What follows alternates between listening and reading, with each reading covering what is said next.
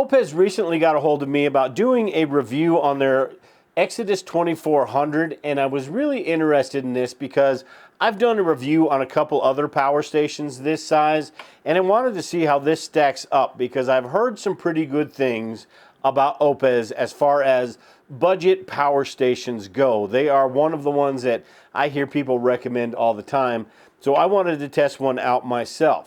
Another reason is I think these power stations are the perfect size in preparedness or for camping, RVing, because of their capacity and because of their size and weight. This one right here weighs 45 pounds. A lot of these weigh between 45 and 55 pounds. Their capacity, this 2,232 watt hour and 2,400 watt, most of these are right in that 2,000 watt hour range. I think these are perfect because they allow not just the ability to power these high wattage electronics, but also a lot of the lower wattage electronics for a lot longer. So if you've got light bulbs, if you've got laptops and things like that, 2,000 watt hours is going to give you a lot more leeway than, say, something that's a little bit smaller. So I do like this size quite a bit for preparedness. So first off, my first impressions and what's included in the box, you get the power station itself, and I really do like this power station. It's got the flat top, it's got all of the things on front rather than the sides, and then you've got the AC cable, which is just one cable. It's nice, it doesn't have the brick anymore. A lot of these don't use the brick anymore, which is very nice. And then it's got the solar connection cable that uses the Anderson ports right here, the Anderson power poles. You can see back here with this solar, it's got the Anderson power pole right there. You can just plug that in. I've got an adapter that I'm using, and I'll show you that here in a second. And it's got the MC4 connectors that go to most solar panels. The larger solar panels, 100 watts or so, are all probably going to use these MC4 connectors. So this Anderson to MC4 is perfect for solar. Then you've also got the car adapter where you can plug this into a cigarette lighter port, and again with the Anderson that you plug into the back of the Oupes. So it's got 3 different ways to charge it, and there's actually 4 different ways to charge it because along with just the solar charging option, you can also plug in the AC and charge that as well. This also comes with a 5-year warranty, which is a pretty good warranty, and you can get another year if you want. And you know, a warranty is only good as the company. And I've looked on Trustpilot, and these guys have pretty good ratings on Trustpilot as far as, you know, customer service and things like that. So you're not going to get ghosted if you have an issue with your machine. For the most part, you're probably not going to get ghosted. Some of these companies, doesn't matter how long their warranty is, if they're not going to respond to you, it really doesn't matter. These guys seem like they are really responsive and will at least answer your question and tell you whether it's covered or not. So that is good. It's actually a valid 5-year warranty, a 5-year warranty that actually means something. This has got a really nice display down here, and it displays everything that you would need to. So if you, like right now, I've got the input from solar coming at 333 watts. I'll go over a little bit more about that in a second. But it's got the AC, it's got the DC, and it's got the DC USB side. And it shows everything down here. So if you turn off the DC, that shows it right there, that it's on or off. The AC shows it right here, and I like the fact that it shows the volts. So we're at 119 volts right here, which is nice. And again, I'll explain that a little bit later as well. And then the hertz, which really doesn't matter. In the United States, we use 60 hertz, and in Europe and places like that, they use 50 hertz, something you'll never have to change. But it's nice that it shows all of that information on here. It shows the input load right there. If I were to keep this AC on and plug this in right here, it would show the input and output. And this is kind of nice too because it does support pass-through charging. So you could be charging this with solar at the same time that you are using this for something else, Right now that heater is using about 350 to 400 watts, and we're pulling in 350. So you can see that it does support pass-through charging, and it also has a UPS function, which is uninterrupted power supply. So if something happened, say I had this unit plugged into the wall, and this heater or CPAP machine, computer system, whatever, something really important that I didn't want to lose power, if I had that plugged into this machine and this machine plugged into the wall, if the power goes out, if the grid, the power goes out in the house, this will automatically transfer the power from this unit rather than from the wall. So that CPAP machine or whatever you have plugged in here will, in 20 milliseconds, will stay working, and it won't lose power at all. It's a kind of a really nice function if you need it.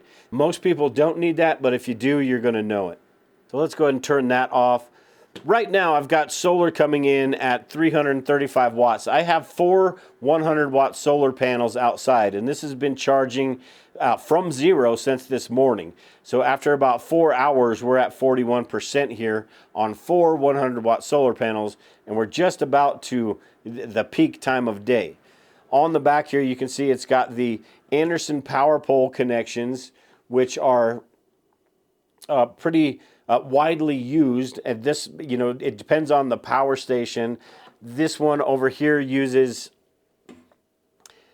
the XT90s. So what I did is got an adapter, an XT90 to Anderson, and then I can just attach that to my solar, attach that to the battery over here. Say I wanted to attach it to these 2 batteries that I have down here, I could plug this in right here, plug this into the back, and then I can use those batteries to charge this, which is almost the same thing as solar. Now, when I plug in the battery, there's an amp. It only allows a certain amount of amps, so it's only going to go up to about 330, 340 watts from the batteries. But that would allow me to replace that unit back there. So I could power whatever I want. Say this DC refrigerator, I could power it with this, and then those batteries down there will replenish this unit at 300 or so watts per hour. So that's kind of a cool feature with this that I will probably use. But if I go straight solar, I can get 400 watts on here. Now this will accept up to 800 watts on pure solar, and that really, it depends on the amps and a lot of different things. A lot of people aren't going to have the ability to generate 800 watts of power though. Some people will, and if you are one of those people, you'll know exactly what to do.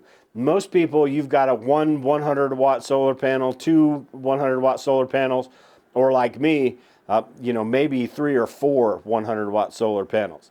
So generating, between 100 and 400 watts is probably what you're going to be doing if you're using solar. That's the average, but it will take up to 800 watts of solar with this.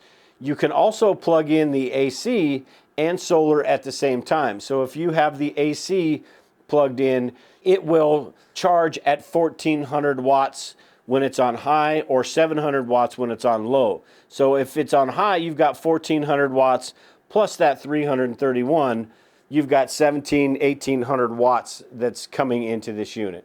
That's a nice feature as well, as you can charge AC and solar at the same time and really fill this sucker up really quickly. At 1400 watts, this takes a couple hours to fill. At 700 watts on low, it takes 4 or 5 hours to fill up. It's better to use the low wattage as far as the health of the battery, but you can use that high wattage. And if you just want to keep it topped off with solar, you can do something like I have here. And it does have a lot of different options on this front right here, which I like as well, because at 2000 watt hours, you could actually use quite a few of these. Whereas if it's something that's smaller, 600 watt hours, but 500 watt hours, you may not need all of these. But on the DC side, you've got the cigarette lighter port right there. You've got the 5521 ports, which are sort of convenient. I like them because I have a security camera set up that uses this type of port, and you can actually take that 5521, put an adapter on there for whatever barrel port that you have, whether it's for a laptop or whatever device you have. You can get an adapter and use this DC side, which will take up less energy than using the AC side, which is really nice and convenient, especially if you are thinking about how much power you are using. You do have the 4 AC outputs right here, which is a combined 2400 watts. And then you've got the DC ports, the USB ports over here, which the 2 USB Type-Cs are 140 watts, which most power stations are far less than that, and some of them have one port that is a 100-watt port. Most of your electronics, you're not going to need that 140 watts, but for drones, camera equipment, other things, if you do need that 100 watts, it's really quite a bit. You can charge with that 140 watts here, you can charge more with this cord right here than you can with this 120 watts over here on with the cigarette lighter port. So really cool that it's got those really high output ports. And then you've got the quick charging ports right here, 4 of those. So a lot of different options with this as far as what you can plug into it. Now, I've mentioned a couple times about changing the charging input from low to high, and I want to show you how to do that real quick. First, you got to unplug everything and make sure there's no AC on or DC on. Everything is off. And then you hit this IoT button on top and this DC button down here, and then it will go into the select mode, high or low. And you select that, you go into low. You select that and you go into high. So high is 1400 watts, low is 700 watts. We're going to keep that right there. Then you just hold on to the power button for 3 seconds and do it again, and then you're back to normal. Now you can see the flashing right here, and I want to show you what this IoT button does with the app. Let me plug in the charge first right here. So with the app, this has got Bluetooth and Wi-Fi, and you can turn that off or on. If you want to save power, you turn it off. If you want to check the app, then you turn it on. And with the app, there are a few things you can do that you can't do with the unit itself. So with the app, if you go in here, it will give you all the information about what's going on with this unit. It'll tell you what's on or what's off. It'll even allow you to turn some of these on and off. So you can turn all of those on or all of them off, and it's instantaneous basically with this unit. Now if you go, what I really like about this, because most of these apps will do that, but this one is really useful because you can go in here and easily change the slow charging, the fast charging. You can easily change all of these things. The screen timeout I really like because sometimes when you're using these units and you're pulling, I'll plug this in right here just to show you. Sometimes it will time out and you're not sure exactly if you've got, 20% left, 40% left. So this allows you to either, like for now I've got it put on never, but you can turn it to, 1 minute, 5 minutes, 30 minutes, whatever you want to do. I really like that feature right there. And then you've got eco mode, which is really important because if you are, most of the time you would want these on because say you forget to turn off the AC on this unit right here, you've got that on and you forget to turn it off. This will, if there's no power coming from this, it will shut it off in, this one is set for 6 hours, but you can do it an hour, 2 hours, 3 hours. But there are times when you would want to turn this off, especially on the DC side, because say you've got something like my DC refrigerator, I've got that on there, and it doesn't, once or twice an hour, it will turn on to keep the refrigerator cold. And then it will shut off and not draw any power for 20, 30 minutes. And if this is set to eco mode and this shuts off, you're going to wake up in the morning, that DC is going to shut off and your refrigerator isn't going to be as cold as it should be. So this is a nice feature to have, and it lets you adjust the eco mode or turn it off completely. Then it's got the temperature settings and all that. So a nice little app here. The only thing I don't like about this app is it makes you register just like every other app. They make you register, put in your email and password, then you forget your email and password, or you forget your password. It really bothers me. I don't know why they need your email address and all that other than to sell you more stuff. There's no reason you should have to register for this. At any rate, that's just me. But a really nice app. Now, I did some testing with this because I wanted to see if you get above that 2600 watts, it goes to 2400 watts, but it's also got boost mode, which goes to 2600, and then it shuts off. I wanted to see if it actually would, because I just reviewed this A-Free, and if you get above 2600 watts on that, it just lowers the voltage rather than shutting the unit down. And that's not good, because there are if it lowers the voltage a little bit, not a big deal. If it lowers it a lot, that can damage some electronics that need that steady voltage.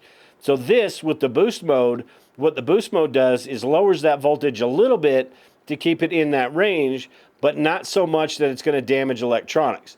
When I tested this, I really maxed it out with a couple of hot plates and a little griddle, and it did shut down after about 2600 watts. And all you do to reset it is just power the unit off and then power the unit back on again. Like I said, I want it to fail. I want it to shut down, those battery protections to work, because I don't want to damage any electronics. So I do like that feature as well. But it handled the loads pretty well. One thing I will say, at high wattage, at about 2000 watts, these fans kick on and they are pretty loud. I think these fans are, instead of the fans kicking on when it reaches a certain temperature, these fans kick on at certain voltages. So if you've got voltage coming in or out at a certain percent, they're going to kick on. Right now it's not too loud, but if you get above or around that 2000 watt range, these really start humming, and you can definitely hear them. Now, with these budget models of power stations, that is sort of what you're going to get. You're going to get you're not going to get the high-end supplies or high-end components that you would get in, say, a Jackery or something like that.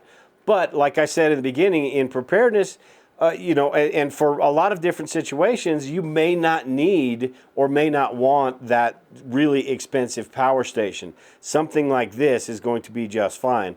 And that's another reason why I like to review these, is to figure out which ones are going to fail and which ones are going to work pretty well. So the pros and cons, like I said, with the cons, we'll start with those. The fan does get a little bit loud. It gets louder than the other power stations that I've tested, but it's not really a game breaker. If you're using that much wattage, you're going to know about it. But if you've got it at about 500 watts, you've got a laptop, a TV, or something powered on, it's just going to blow, and it sounds just like a computer fan. You get up there and it's quite a bit louder.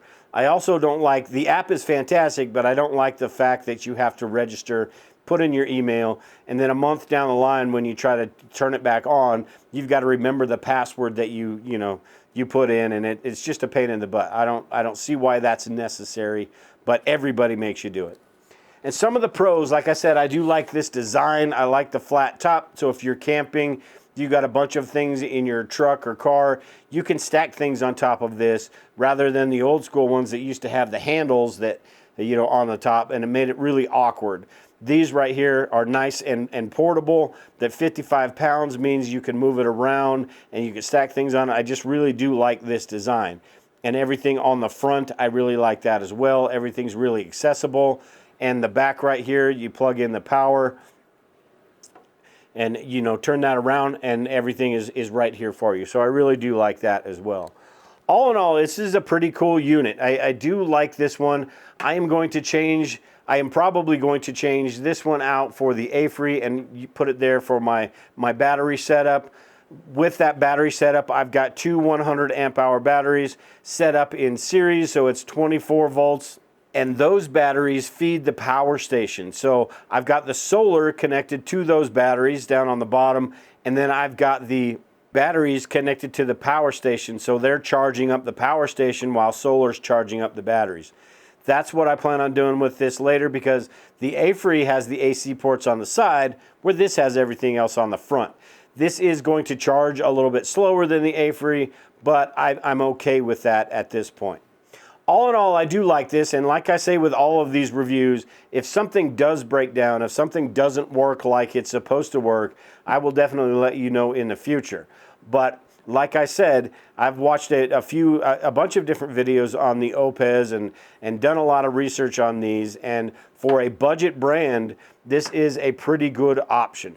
And if you have any questions, any comments, anything like that, make sure and leave them below. If you've got one of these or any Oupes product, make sure and leave a comment and let everyone know what you think of it as well. But with that, I am done here today. Take care and prepare, everyone. We will talk to you all later.